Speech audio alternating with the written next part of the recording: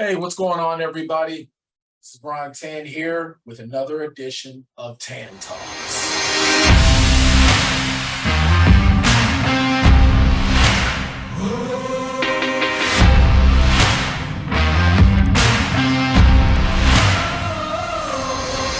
And of course, whenever it comes down to Star Wars, you know Katie Salidas is going to be here. You know who she is by now. Katie, how are you? I'm good. I'm actually happier this week. I am too. You know what? I went into this episode and I was real kind of like, oh, where are we going from? Even in the Discord, if you go to a Discord, search Plotaholics. I'm not exactly sure how Discord works, but for those that are on Discord, you can also find us over there as well. I threw in how just frustrated I was, after doing last week's episode. So when I went into Discord after watching this week's, and I get, so did you like this episode better? I was like, this is a much better episode. Okay, I can accept a gap building episode with the problems that it had, but this episode was way better. And you know what, Katie? It actually gave us something we haven't seen in Star Wars yet, at least not on screen. Okay. Well, I love the fact that, and yeah, I'm going a little bit ahead of how we usually do things, but the whole thing with Reva sort of rising through the ranks, because I said during the first episode, well, as soon as I saw her as the third sister, I was like, yeah, that's the little girl from the temple.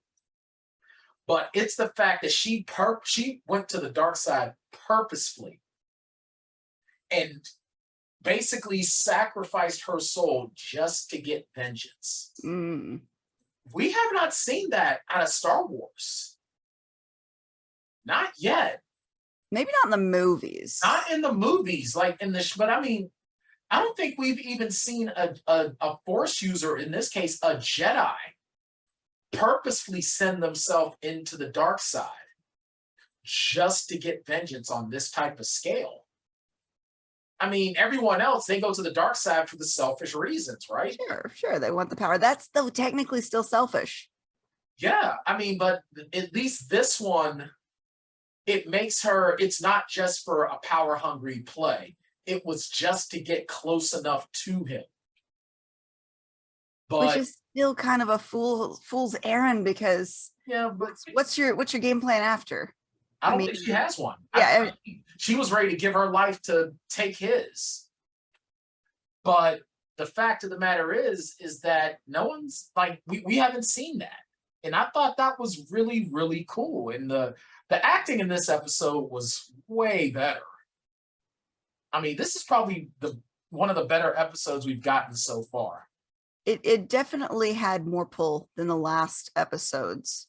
And yeah, it's way better than the last two. It seems like they're on an every other episode is decent kind of pattern here, which kind of makes me worried about episode 6, because that falls onto the downside.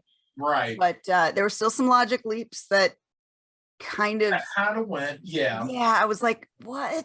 Like, for instance, when Obi-Wan's like, I'm going to go face him myself. Why wasn't everyone in that hangar loading onto ships? Why did they follow him out as backup? Right. Sacrificing himself to give them time, and they wasted that time, ultimately killing more people. Not only that, but y'all have only known this guy for like a day. Why do you I mean, unless it's because he's a Jedi, so they look at Jedi as hope to protect them, so that's why they're being loyal. Y'all are giving this cat an awful lot of loyalty for being a stranger. I mean, when you got people that got to get somewhere, you get them ready to get somewhere. You don't have them hanging out doing nothing. Get them on the ship, get them loaded, so all you have to do is get your pilot on and go. Right. Another thing that was sort of a logic leap that made me roll my eyes. How did Leia not realize? Now, we all know when Lola has a blue light, she's had a red. How are you just now noticing when she starts to attack you? Like, I don't get that. The tracker also became something different. It wasn't just a tracker. Now it's one of those like inhibitor bolts. Yeah, it's a behavior inhibitor bolt. So it's like, like I said, there were some logic leaps that kind of made me go, come on, guys. You could do so much better than that. But we did get some amazing action sequences. Oh, I love the flashback sequence because it really, and I read this somewhere this We week. got Hayden finally. Finally, we got Hayden. I'll tell you what though, the de-aging on him was not like he looked older than Padawan. And I don't even care about that because I was don't happy either. we actually got to see the scene between the two of them. That's Right. what made it for me. Well, I don't care if he looks exactly right. I know the actor's older. Right. I agree. I was just sort of throwing that in as a minor nitpick. But what I also appreciated is that this happens before Attack of the Clones. We know that by he had the Padawan braid. And Anakin is like tough, like he's beating Obi-Wan, and then Obi-Wan finds that flaw. And it's a flaw that I never noticed that he had until it got pointed out, that constant desire to prove himself. And he does it all throughout the series. Every appearance, he's proving himself. He's constantly, and that's really good storytelling because it shows a fatal flaw he's always had from episode 1 and how it even manifests itself now that you know what to look for in the original 4, 5, and 6. But he had Obi-Wan beat, but Obi-Wan used that flaw against him. And now that rant that he went on in Attack of the Clones, where I'm ready to face the trials, but Obi-Wan is holding me back. I've surpassed him. Now it makes sense. Yes, that was a good continuity, fill in the blanks. I did appreciate that. Because that was the one thing about Attack of the Clones that I didn't like. That really felt like it came out of nowhere. Like you go from the sweet little big-headed salad bowl haircut kid from the desert, and then you finally get a haircut, your head still looks like a big goober, and you're training with this guy, and then he's having to talk to you because you overstep, but you still treat each other like, you know, father and son. And then all of a sudden, he's holding me back. Now we got closure. Now it makes sense. And that was a great fight scene because even in their sparring, you saw a lot of what would be the final confrontation. And that same fatal flaw in that sparring session reared its ugly head in Revenge of the Sith and all throughout the rest. And I was like, finally, I feel like I am vindicated. Yeah, that was a beautifully crafted scene, well choreographed. It fit in very nicely with the storyline. I mean, that was good. The de-aging, who gives a shit? It is what really, it is. Yeah, I really could care less about that. I liked what we got. Yeah, we got Hayden back finally. That's literally all that matters. And I'll tell you what, this is a guy who he does not deserve anywhere near the hate that he's gotten. But you know, he's laughing all the way to the bank because you know that someone took real good care of him negotiating that Star Wars contract. And you know he's still getting some money. So yeah, he didn't deserve the flack he got at all because again, actors play the characters they're told to play. Right. And he was told to play a character that was mentally unhinged, trying to be as good as possible and easily swayed to the dark side. I mean, you're going to have emotional issues. You're going to have somebody who's going to whine and complain and struggle against everything. And that's exactly what we got. And fall back into old behaviors too. Old behaviors that you would think, well, you're older now, you shouldn't fall into that. Nope. If you're in your early mid-20s, you will fall back on, as we both know, being individuals in our 40s, you're going to fall back into behaviors that are younger when those emotions hit. Oh yeah, and you make all the mistakes in your 20s. I'm sorry. That is when you're an adult and you are given the freedom to make the mistakes, and you do. You make all the mistakes. You dive so headlong into I've got the freedom to make mistakes. I'm surprised you don't get a head injury. It is like diving into a pool with no water, head first, onto broken glass. And to that's give somebody exactly- that much power during those years and to be swayed by visions of grandeur and things that you can do if only, yeah, you're gonna screw up. Exactly. And I'll tell you what though, the Anakin in the animated version of Anakin really gets a much better chance of showing that than the film version. We only get the real dramatic shifts. We don't get to see the slow descents like we get in the shows. We only we get the frustration after the fact. And in this episode, we saw that very, very well. And then, like I said, we got to see, even though we got an older, wiser, more experienced, and way more powerful Vader. We got to talk about that. Oh yeah. But oh yeah. That was beautiful. That was Vader. Because number one, and I remember screaming to myself, wow, he ain't even bothering activating his lightsaber for you. He's just playing. And then when he decides he's going to engage you in lightsaber combat, he ain't even using his own. He going to break and take yours. That right there was a perfect show of power. Yeah, and we've seen it twice now from him in this series. The first time where he was torturing Obi-Wan and then just let him go because he's like, I'm going to get you later. You just know what's coming. And then this time, and every time it looks like Reva's like, I'm going to get you. Nah. But he let her live. Yeah, that's the one thing that bothers me.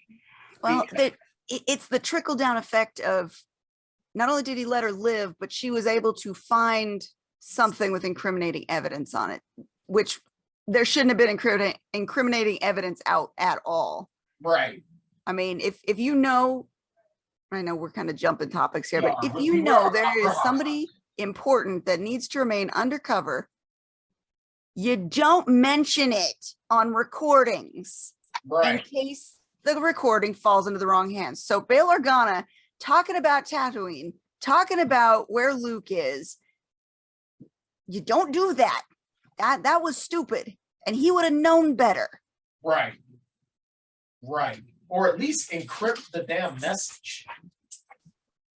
But so, I mean, I know they're setting it up for future stuff to come, but that was, again, it was a logic leap that really could have been done better. I agree. And that also, but see, I think that also sort of shows the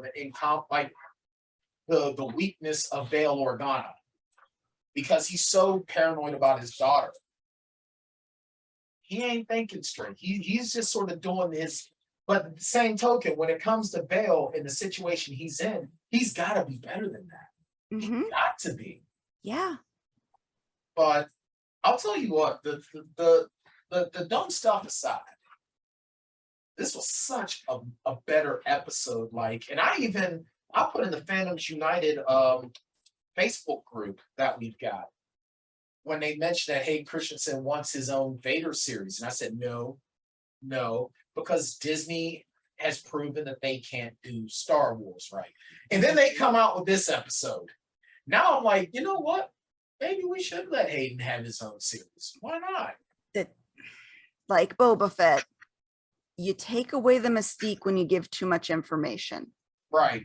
And I think those few powerful scenes of seeing Vader do his best, those make Vader feel formidable, feel intimidating. If you constantly give us too much of him, it becomes, that's just normal. Right. Or you run the risk of screwing up some of that mystique by doing a Boba Fett and making him a grumpy old man. Right. Exactly. And it's just like in every video game iteration that features Darth Vader, he's the boss that is the one-hit killer that you run from. He's Mr. X from Resident Evil. You stay away from him. You do not give him a show and steal that mystique. Now, I could see him popping into other shows, but sure, that maintains continuity. And again, it gives us those powerful moments of why you don't fuck with Vader. Right. Hold on 1 second. I'm getting ready to throw this one out. Throw this one somewhere. Got everything else to chew on, but chewing on my damn boot. That sounds about right. So going back to that scene, because I think we got to give a lot of love to that scene with Vader and Reva. So he comes in to the hangar, pulls the decoy ship down, which I thought, okay, that was kind of cheesy too, but whatever. It was still a it's really another cool display scene. of power. For those that haven't read the series, read any of the comics or any of the books where Vader has destroyed Star Destroyers using the Force and planets using the Force. Yeah, he's actually done that. Vader is a god character. Imagine how powerful he would have been if he had all of his limbs. Oof. Yeah. But yeah, so he destroys the ship. Reva's there, and she tries to call herself sneaking him.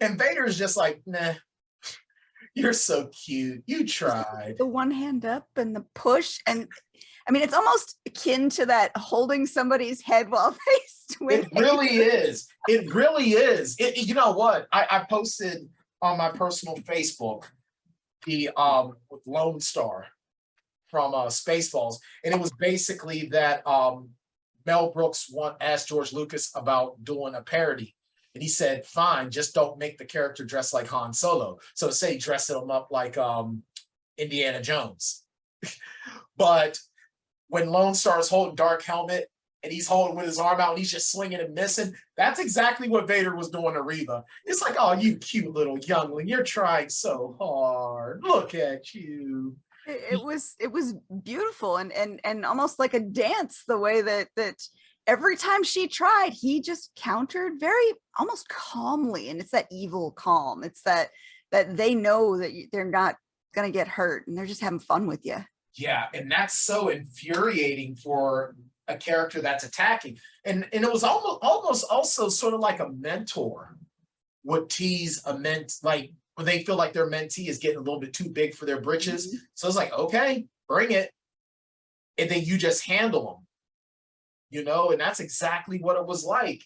But Obi-Wan picking up on Reva and he's figuring it out. I think in a lot of ways, that makes her a kind of a tragic character in a lot of ways, because she watched Vader murder her friends, and then she had to pretend to be dead. So he got her. So technically she's gotten lucky twice now. How though? See, again, the logic leap of she's human. Yeah. Most gut wounds are you're done for. Yeah, depending on where you get hit. Yeah. Unless you subscribe to the Mr. White, time is on your side. But no. I mean, you knew he was coming back. Right. But like it was like just a little cheesy, but okay. We knew he was coming back. But I think the fact though, so she survives the temple and then she had to hide among the dead. That's gotta break your psyche. So yeah, all she wants to do is kill him. And Vader is just like, you think I didn't know?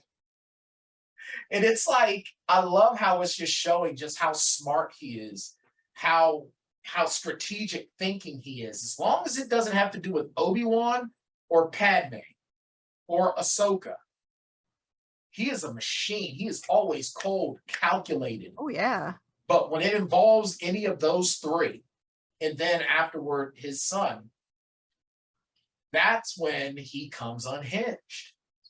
And even Obi-Wan was saying, he's gonna come because I'm here. Yep. He's gonna ignore you to get to me, because Vader has shown that. And it's just totally, it's funny how that big weakness is also a huge strength when it deals with everyone else, because he didn't even get mad. He was just like, and I think that's probably why he didn't kill her. He goes, no, you're so not worth my time. Like you have, it's sort of like Bill the Butcher. You ain't earned death by my hand. Not yet. So, but I mean, I understand though, but even with the Grand Inquisitor, and they just sort of take that time to mock her and leave. I think the one thing I'll say about the dark side is that it's not that efficient. No. Just take her head off and move on. Right. That I was expecting the Dooku two-sword slice. That was what I was kind of hoping for. Or something, or at least just have the Grand Inquisitor kill her. But I love the fact that he just took the he just took the Grand Inquisitor pin from her. I know. That was like the final insult of it. He goes, "Thank you, I'll Grand." take that. It's like, ha, you thought you were wearing my rank. Bitch, you just keeping it warm. But I'll tell you what, we lost Tala and our droid. So I guess Again, stupid. If they hadn't gone after to assist Obi-Wan in what was he doing? He was distracting for a little bit. That was what he trying to said. distract Vader. Okay, why weren't they loading people onto the ship? There was no reason for that death. Not at all. And then of course Wrecker. Well, I guess it's not Wrecker now. So that was sad. And that would have been cool if it turns out that that was Wrecker. So now I guess the Bad Batch die. But that was upset. You notice Star Wars, you get real upset when we lose the droids. Or if something happens to a droid, we get all upset. It's like droids are like the puppies of Star Wars. They kind of are in a way. Yeah, I don't care what you do to anyone else. Take Luke's hand. That's fine. Cut off Dooku's head. No problem. Shoot a bunch of Jedi. Occupational hazard. Oh, but you mess with those droids. Now, especially the cute ones. Yeah. I mean, dude, we've watched them slaughter kids in a temple. Killing children in a temple. But when we lose droids, that's the one step too far.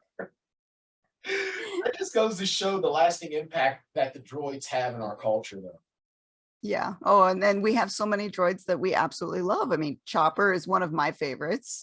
I like BD from Jedi Fallen Order. Yes, he's adorable. He's so cute. Like when his little leg is hurt, I'm like, oh, that evil beast. Oh, yeah. Come on, Cal, fix his leg. Or BB-8, our little globe. The little Dio droid. Yeah. BB-8 grew on me because at first I thought BB-8 was so stupid. And then he grew on me. And then I see how much bigger little R2-D2 is than BB. I'm like, oh, he's so sweet. Look at him. And of course, R2, the original, gotta love him. The original cute droid, yeah. Mm-hmm. But I mean, even 3PO, man, when 3PO gets scooped in Empire, I get so upset. Like, dude, leave him alone. He don't pose no threat to you. The damn protocol droid. He ain't gonna hurt nobody. Yeah, he's designed for etiquette and protocol. Only droid that don't get that from me is HK-47. HK-47 will mess you up in so many different ways. And then he'll call you meatbag to boot. Speaking of which, so they just re-released on the Switch KOTOR 1 and 2, but apparently there's going to be a free DLC of KOTOR 2 that's actually going to complete the game. Oh. So, because one of the biggest issues with KOTOR 2 is that it feels very incomplete. Not anymore. So it's like, all right, I guess I'm going to get KOTOR on the Switch now. Okay. But yeah, so we love our droids. And I think the whole thing with Lola as well, that's why when Lola got hers too, it was kind of, I still don't understand why we didn't recognize that Lola was bad until we took the bolt off. Again, logic leaps are just really prevalent in this series. And I think they hope that the spectacle will stop you from questioning too much. Yeah. Which again, it goes back to last week's argument of Disney, you have the resources to do better. Why aren't you? Right. No, you're absolutely right. But I will say this, it was nice to see Leia have something to do again, even though I don't recall her showing an aptitude for machinery and any of that, but okay. That was my first logic leap of the episode was, why didn't they drop her off before going back to the base? Right.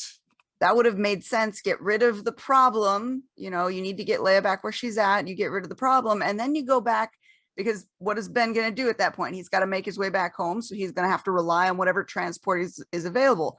Those people would naturally go back to their base before they could maybe drop him off. That would have made perfect sense. Right. But no, we got to bring her along because, we got to have a cute little kid around. After episode 1, we got to have the kids. We got to make the kids. Does that tease the fact that once Leia's back home, that they focus on Luke because of the way that they ended with I Reva think getting the so. message. I think so. I think that Obi-Wan's taking her back to Alderaan, and then he finds out, crap. I think what's going to happen is that there's going to be some sort of confrontation. He takes her home. He goes back, and he has to protect Luke from Reva. And maybe because Obi-Wan is like the king of taking limbs, so I think Reva's going to end up having like a bio hand at the end of this next episode. You don't think she's going to ultimately just end up dead? I thought I saw somewhere that she was going to be getting her own series. So I don't think she's dying. If she does die, then I guess it's going to be leading up everything that she did leading up to Obi-Wan. Or maybe I was just wrong with what I read. Who knows? I'm not sure they've given her enough of a character to develop into its own series. It's. Let me see here. Is Reva getting a spinoff? Not Reva.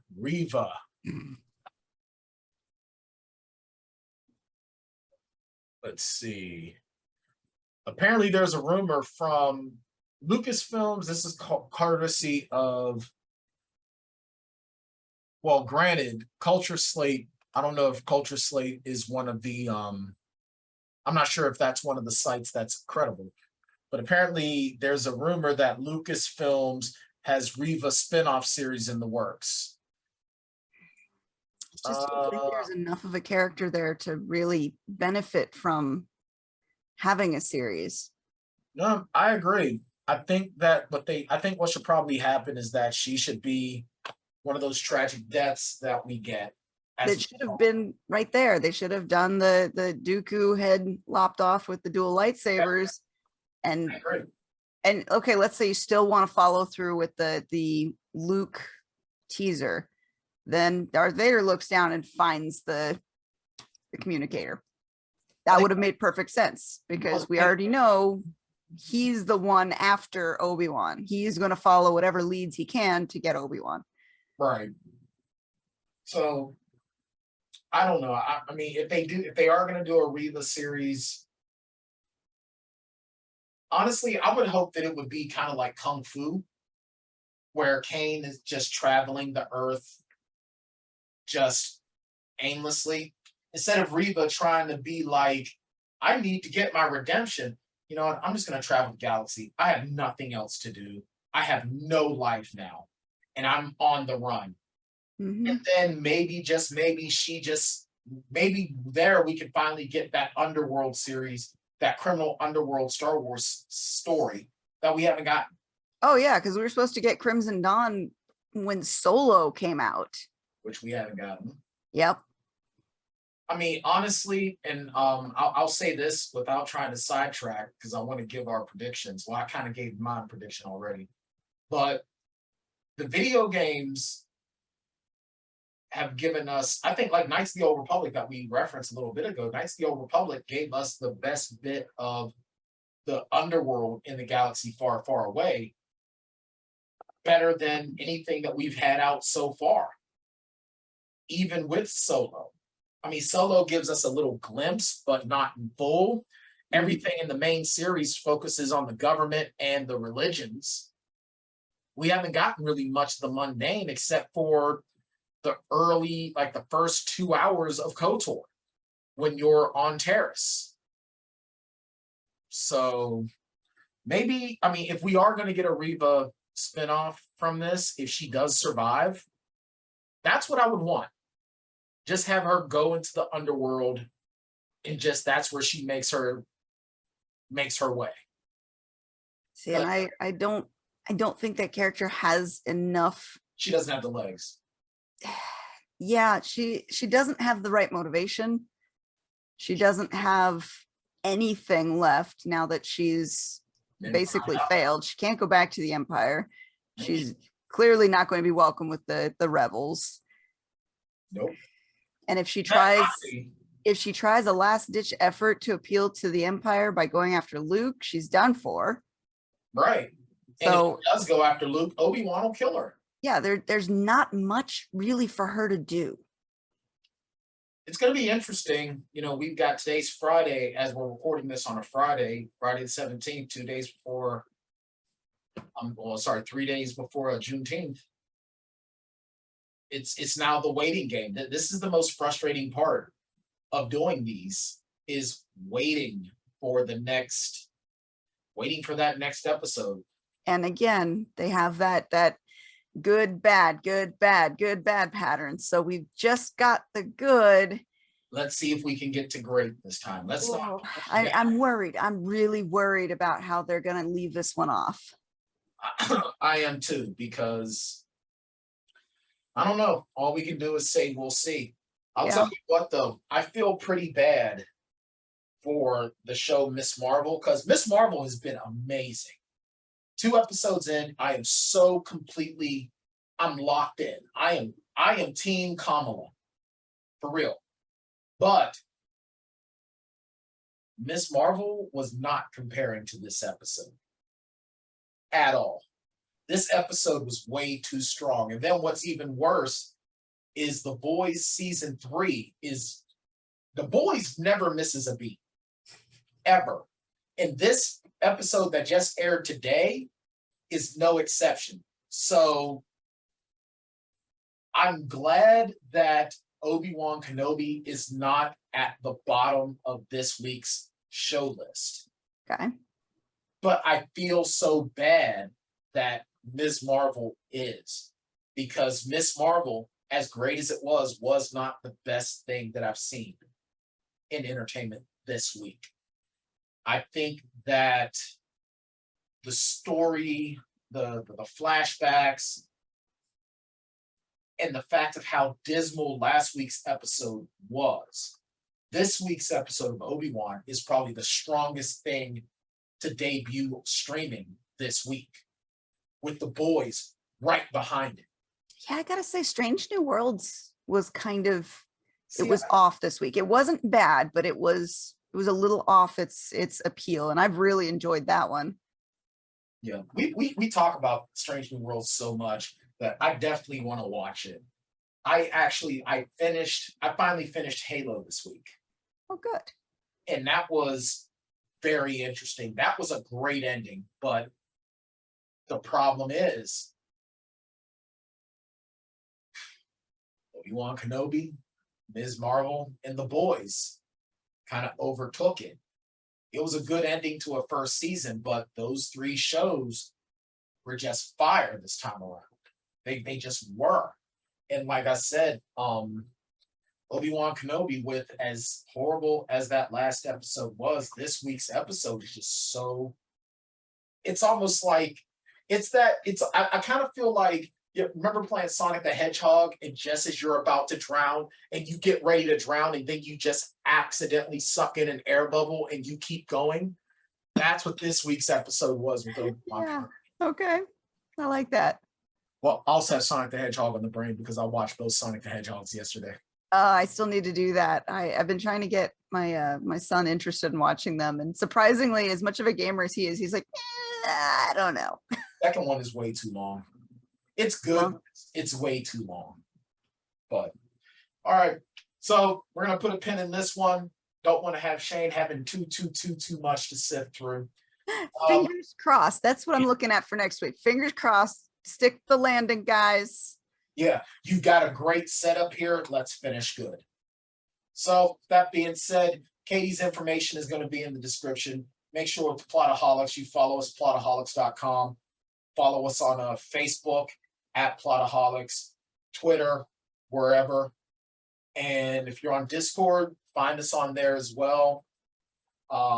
Spilling Ink's on the summer hiatus, but there's more than enough episodes of that amazing series for you to go back on if you're in the indie scene, whether it's writing, whatever you do. If you're doing it indie, there's something on Spilling Ink for you to learn from. We do actually have 2 episodes this month. Oh, you do have 2 episodes this month. Great. We do. We have 2, and it was a last minute addition. Okay. So we'll be talking about the new book that I'm actually putting out, the PTSD guide for women, that is co-written between myself and Virginia Cruz. And we're also doing a fun episode this weekend, which is kind of, we're titling it What We Want to Talk About. Nice. I like that. All right. So make sure you follow Spilling Ink on YouTube or on Facebook. Check them out. It's was it 6 p.m. Eastern? I mean 6 p.m. Pacific. No, 5 p.m. Pacific, 8 p.m. Eastern. I'll All right, get it. let's make it easy for Shane. Ready? Ready, Shane? Here we go. Spilling Ink is on Saturday nights at 5 p.m. Pacific, 8 p.m. Eastern. There you go. Forgive my CTE. So with that being said, she's Katie Salidas. I'm Bryan Tan. We'll see you guys next week for another edition of Tan Talks.